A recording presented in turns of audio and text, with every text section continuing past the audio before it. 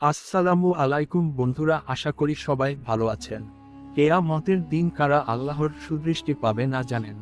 আল্লাহ তাআলা কিছু মানুষের প্রতি কেয়ামতের দিন তাকাবেন না, তাদের দিকে তিনি রহমতের দৃষ্টি দেবেন না। কারণ হলো তাদের পাপ ও গুনাহ। তারা আলাদা আলাদা ক্ষেত্রে আল্লাহর দেওয়া সীমা লঙ্ঘন করার অপরাধে। ভিডিওটি শুরু করার আগে একটা ছোট অনুরোধ, প্রাণবায়ু চ্যানেলটিতে আপনারা নতুন হয়ে থাকলে চ্যানেলটিকে সাবস্ক্রাইবও করবেন।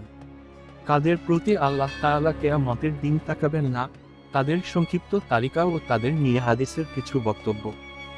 ১. উপকার করে যে খোটা দেয়। আবু হুরায়রা রাদিয়াল্লাহু তাআলা থেকে বর্ণিত হাদিসে নবী সাল্লাল্লাহু আলাইহি ওয়াসাল্লাম ইরশাদ করেন, ৩ ধরনের লোক এমন আছে, মহান আল্লাহ যাদের সঙ্গে কথা বলবেন না, কিয়ামতের দিন তাদের দিকে রহমতের দৃষ্টিতে তাকাবেন না এবং তাদের পবিত্র করবেন না, বরং তাদের জন্য রয়েছে কঠিন শাস্তি। আমি, আবু হুরায়রা, বললাম, হে আল্লাহর রাসূল, তারা কারা? ওরা তো ক্ষতিগ্রস্ত। তিনি বলেন, টাকনুর নিচে কাপড় পরিধানকারী, ব্যবসার সামগ্রী মিথ্যা শপথ দিয়ে বিক্রয়কারী এবং কাউকে কিছু দান করার পর তার খোটাদাতা।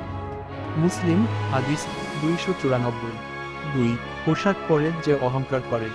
আব্দুল্লাহ ইবনে উমর রাদিয়াল্লাহু তাআলা আনহু থেকে বর্ণিত, রাসূলুল্লাহ সাল্লাল্লাহু আলাইহি ওয়াসাল্লাম ইরশাদ করেছেন, মহান আল্লাহ কিয়ামতের দিন ওই ব্যক্তির দিকে রহমতের দৃষ্টিতে তাকাবেন না, যে অহংকারবশত পোশাক প্রলম্বিত ও প্রদর্শিত করে। বুলুগুল মারাম, হাদিস ১৪৫১। বুখারী, হাদিস ৫৮৫৬। ৩. রুকু সিজদার মাঝে যে সোজা হয়ে দাঁড়ায় না। তোলাক বিন আলী রাদিয়াল্লাহু তাআলা আনহু থেকে বর্ণিত, রাসূলুল্লাহ সাল্লাল্লাহু আলাইহি ওয়াসাল্লাম ইরশাদ করেছেন, মহান আল্লাহ কিয়ামতের দিন ওই নামাজের দিকে রহমতের দৃষ্টিতে তাকাবেন না, যে রুকু ও সিজদার মাঝখানে সোজা হয়ে দাঁড়ায় না। তিরমিজি, হাদিস ২৬৫। ৪. টাকনুর নিচে কাপড় পরিধানকারী। আবু যর রাদিয়াল্লাহু তাআলা আনহু থেকে বর্ণিত, নবী করিম সাল্লাল্লাহু আলাইহি ওয়াসাল্লাম বলেন, মহান আল্লাহ কিয়ামতের দিন ৩ ব্যক্তির সঙ্গে কথা বলবেন না, তাদের দিকে তাকাবেন না, তাদের সঙ্গে কোনো কোথাও বলবেন না, তাদের পরিশুদ্ধতা প্রত্যন করবেন না, তাদের জন্য রয়েছে বেদনাদায়ক শাস্তি। তারা হলো যেসব পুরুষ পায়ের গিরার নিচে, পায়ের উঁচুহার, কাপড় পরিধান করে, মিথ্যা শপথ করে, পণ্য চালিয়ে দেয় এবং দান করে খোটা দেয়। সুনানে নাসাই, হাদিস ২৫৬৩। ৫ এবং ৭. অহংকারী দরিদ্র, বৃদ্ধ ব্যভিচারী ও মিথ্যাবাদী শাসক। আবু হুরায়রা রাদিয়াল্লাহু আনহু থেকে বর্ণিত হাদিসের নবী করিম সাল্লাল্লাহু আলাইহি ওয়াসাল্লাম ইরশাদ করেন, আল্লাহ তাআলা কিয়ামতের দিন ৩ শ্রেণীর লোকের সঙ্গে কথা বলবেন না, তাদের পবিত্র করবেন না এবং তাদের দিকে রহমতের দৃষ্টি দেবেন না। তাদের জন্য রয়েছে বেদনাদায়ক শাস্তি।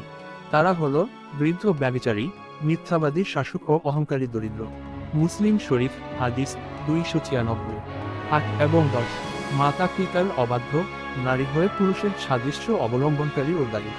আব্দুল্লাহ বিন আমর রাদিয়াল্লাহু তাআলা আনহু থেকে বর্ণিত, তিনি বলেন, রাসূলুল্লাহ সাল্লাল্লাহু আলাইহি ওয়াসাল্লাম ইরশাদ করেছেন, ৩ ধরনের মানুষের দিকে আল্লাহ তাআলা কিয়ামতের দিন দৃষ্টিপাত করবেন না। মাতা পিতার অবাধ্য, পুরুষের সদৃশ অবলম্বনকারী নারী এবং দায়ুষ। আর ৩ প্রকার লোক জান্নাতে যাবে না। মাতা পিতার অবাধ্য, মদ পানে আসক্ত এবং অনুদানের পর খোটাদাতা। মুসনাদ আহমদ, হাদিস ৬১১।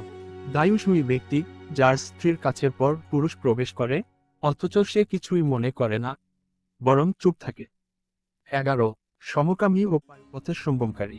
আব্দুল্লাহ বাস রাদিয়াল্লাহু তাআলা আনহু থেকে বর্ণিত, তিনি বলেন, রাসূলুল্লাহ ইরশাদ করেছেন, আল্লাহ তাআলা কিয়ামতের দিন ওই ব্যক্তির দিকে দৃষ্টিপাত করবেন না, যে ব্যক্তি পুরুষের সঙ্গে কিংবা স্ত্রীর সঙ্গে পথের শারীরিক সম্পর্ক স্থাপন করে। তিরমিজি, হাদিস নম্বর ১১৭৬। ১২. মিথ্যা শপথ করে যারা পণ্য বিক্রয় করে। আল্লাহ তাআলা ইরশাদ করেন, নিশ্চয়ই যারা আল্লাহর সঙ্গে কৃত অঙ্গীকার এবং নিজেদের শপথকে তুচ্ছ মূল্যে বিক্রয় করে, এরা আখিরাতের কোনো অংশই পাবে না এবং আল্লাহ কিয়ামতের দিন তাদের সঙ্গে কথা বলবেন না, তাদের প্রতি দৃষ্টিপাত করবেন না এবং তাদের পবিত্র করবেন না।